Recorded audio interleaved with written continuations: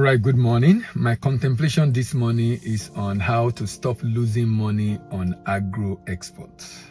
How to stop losing money on agro export. We are currently in the season of cashew and also, of course, cocoa, main crop. Sesame seed is also out. Ginger. I mean, a number of commodities. During dry season, generally, you have commodity ready for export. A lot of commodities, actually, agro commodities.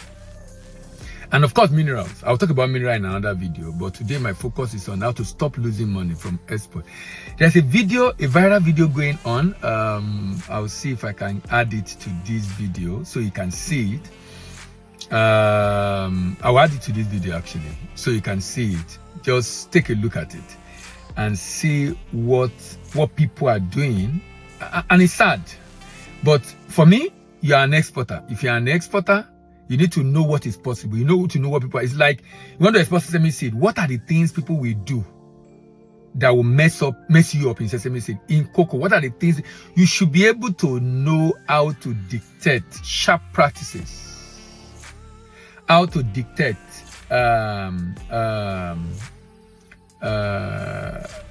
low quality product, substandard product. You should be able to know. In fact, the reason why I often say the first thing you need to do for you to consider even export in general is to be export ready. Meaning you are export ready. Being export ready means you understand everything about the business. You have gone through all the areas concerned about the business, and you'll be able to identify the gaps you have and fill it. Because the essence of export readiness is to do an assessment that assesses you across, as a promoter, your competency. It assesses your understanding of the product, your understanding of the pricing, your understanding of the predisposition of the people you are working with and what they could do, like the video. Your understanding of your purpose, the reason you are going abroad. Understanding of the purpose why you're going abroad. Your understanding of your level of competence in handling the business, your level of capacity in terms of production, in terms of raising money, in terms of promotion, your capacity in terms of your goodwill, your understanding of the destination country in terms of the potential in the export market, the consumer, the people in the export market, and the documentation. And more importantly, the partner you have in the export market evaluated, and purchasers. Understand how to get purchasers. Having all this readiness assessment is critical. Because immediately you are export ready, then the next thing you need to do becomes easier. Understanding regulation. That's under paperwork documentation. What are the regulations? If you're exporting from Nigeria, you need phytosanitary certificate, fumigation certificate, and NAFDAC is even introducing health certificate right now. You need to understand the regulation apart from the regular document, bill of lading, invoice, packing list, and every other document. Peculiar document for that commodity. I will talk about mineral later and manufactured goods, but today my focus is on agro commodity. Peculiarity. You will always need fumigation and phytosanitary, and NAFDAC in some cases. You need to understand quality control. If you are going to stop losing money from agro export, you need to understand quality control. You shouldn't be exporting cashew and your cashew is growing in the container. You should be able to know, even if you are buying from the field, how to easily dictate. For example, if you want to buy cashew, if you want to know the cashew has moisture, if you press it, I'm trying to see if I can get something to use here.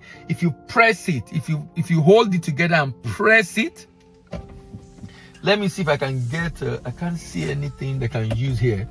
But if you hold the cashew nut, let's have the cashew nut, and you press it, if you can depress the skin, as in after applying pressure, if the skin depresses, it's a sign of moisture inside, and the moisture is supposed to be max 8 to 10%. You should be able to easily determine not count of the cashew nut. The video I'm telling you, you see people, because it's a game of weight,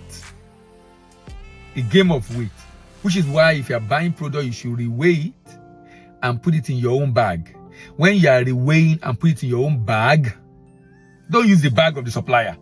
Reweigh and put it in your own bag. When you are doing that, you will spot any rubbish inside the bag. When you are rebagging with your own bag, you will spot any rubbish inside the bag. And the cashew in that video is not even in the proper bag. It's in PP bag. It's supposed to be in jute bag. So you can't even export in that fashion. Quality control. Strict control on quality. You need to be able to understand how to ensure quality control. That means you need to know the specification, the moisture content. For most agro commodity, you will need to deal with impurities. You need to deal with moisture content. In some cases, you need to deal with oil content. In some cases, aflatoxin level. In beans and cashew, nut count or beans count. In cashew, kernel output ratio. In sesame seed, soybeans, oil volume, the level of oil.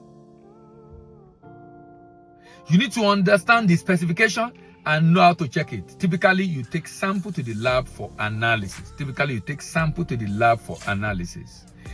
Packaging. How should it be packaged? There are some products you can put in PP bag, like ginger, like sesame, like soya. But there are some other products you have to put in a jute bag, like cashew, like cocoa.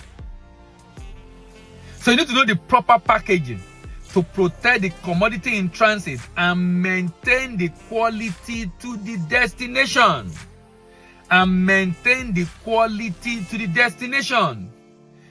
One of the ways you can ensure you buy the right quality product is to have a good relationship with your supplier and ensure they get a fair share of the value. If you sell to them at a bad price, that will be a problem. If they have a fair share of the value, that means you are buying at a good price. Good relationship. Build a relationship with supplier, with the transporter, with the buyer to facilitate smooth transaction. If you have a relationship with supplier, most likely, because you have a good relationship, even if you have fraudulent intent, most of them will not do that. Why? Because they love and cherish the relationship. Because they love and cherish the relationship. Because they love and cherish the relationship. Because they love and cherish the relationship. Because they love and cherish the relationship. This is so important. They love and cherish the relationship. This is so important. The relationship is important to them, and that will make them to cover you. Insurance. And of course, if you're buying, if you're not going to be there yourself, your staff must be on the field. Your staff must know about these commodities and know the tricks that people play. Let me give you another trick in commodity procurement. If you are going to the field, you want to go and buy agro commodities. You're going to farm gate, or you're going to the villages, or you're going to a warehouse. You should know your weight. So if your weight is 75 kg, that's your weight as an individual. When you get to the warehouse and you want to buy, stand on the weighing scale. Stand on the weighing scale. If the weighing scale shows 70, just know there's a 5 kg difference. That way. Sorry, if the weight is showing what's the name? A higher amount. That's it's showing 80 rather. If it's showing low, that's good for you. That means you get more value. But if it's high, that means your weight is 75 ordinarily, but it's showing 80. That means you are going to be getting less value. That means when you are weighing, there is a margin of error. So if you are weighing 50 kg bag, it might be 47, 46, 44, 45 because of the margin of error. So for example, if you weigh 70 kg and you check there and their scale is showing 63 kg, sorry, 77 kg. That's 10% more than your weight. So the margin of error is about 10%. That means if you are buying 50 kg bag, if you see 55, it's likely going to be 50 kg bag because there's a 10% margin of error of that weighing scale. The way you know a weighing scale is bad is that you weigh yourself, you know your weight, and you stand on the scale before they start weighing to confirm that the scale is good. That the scale is good enough. Also, don't joke with insurance. Commodities are now very expensive. Most of them are over ₦1 million per ton. Some cocoa sometimes was over 10 million naira per ton. Because of the amount, the cost you incur. So if you are shipping a 30-ton truck, so let's assume you are buying a product that is 2 million naira per ton, and you are putting 30 ton in the truck, that's 60 million naira. You don't need a profit to tell you need to do insurance. Do good in transit insurance. Ensure you have a blanket cover for every shipment you are making. And don't just do insurance to the port of loading from the farm gate. Do insurance from port of loading also to port of discharge. Port of loading to port of discharge. If you're in Nigeria, you also need to monitor exchange rate and see if you can have an agreement with your bank to have an hedging instrument, forward, option, futures, whatever it is that they have. Because the exchange rate is coming down, that's not good for exporter. It's not good for exporter. Because you have planned based on an exchange rate, then it comes down by the time you get paid. So it's so important to not to, having done everything well, not to have issue with exchange rate. Also, don't forget, I've told you how to avoid fraudulent buyer. Do due diligence. I did another video on how to avoid fraudulent buyer, or how to detect fraudulent buyer. Due diligence on the buyer. Due diligence on the buyer. Due diligence on the buyer is extremely important. And having a representative at destination will make this a lot easier to do due diligence on the buyer. If you can attend trade mission, trade show, please do. So you can get to meet buyer one-on-one, so you can draw comfort from conversation with them. But more importantly, as I round off my contemplation this morning on how you need to stop losing money on agro commodity export, is to ensure you train your staff. Train your staff. Train your field staff. Whoever is going to go and buy, train. You yourself should be trained. And then transfer the knowledge to your staff. And lastly, seek advice. The reason we run an export mentoring and export coaching program, our export mentoring is we mentor many people together, but we do coaching one-on-one. We mentor many people together, but we do coaching one-on-one. So we have export mentor, we call export novice to export legend, but we also have export coaching, in which we have one-on-one session with the client, or with the client and the staff, to be able to address a particular issue. So depending on your interest, that determines which of the was, and then how soon you intend to start, and the cost, and how much you're looking at investing in learning. But seek advice from experts. That advice is priceless. That advice is priceless. It can save you a lot of headache. Seek advice from experts. Thank you very much. My name is Dilayimbo. I'm your expert doctor. This is my contemplation this morning. See you in the next video, and bye for now.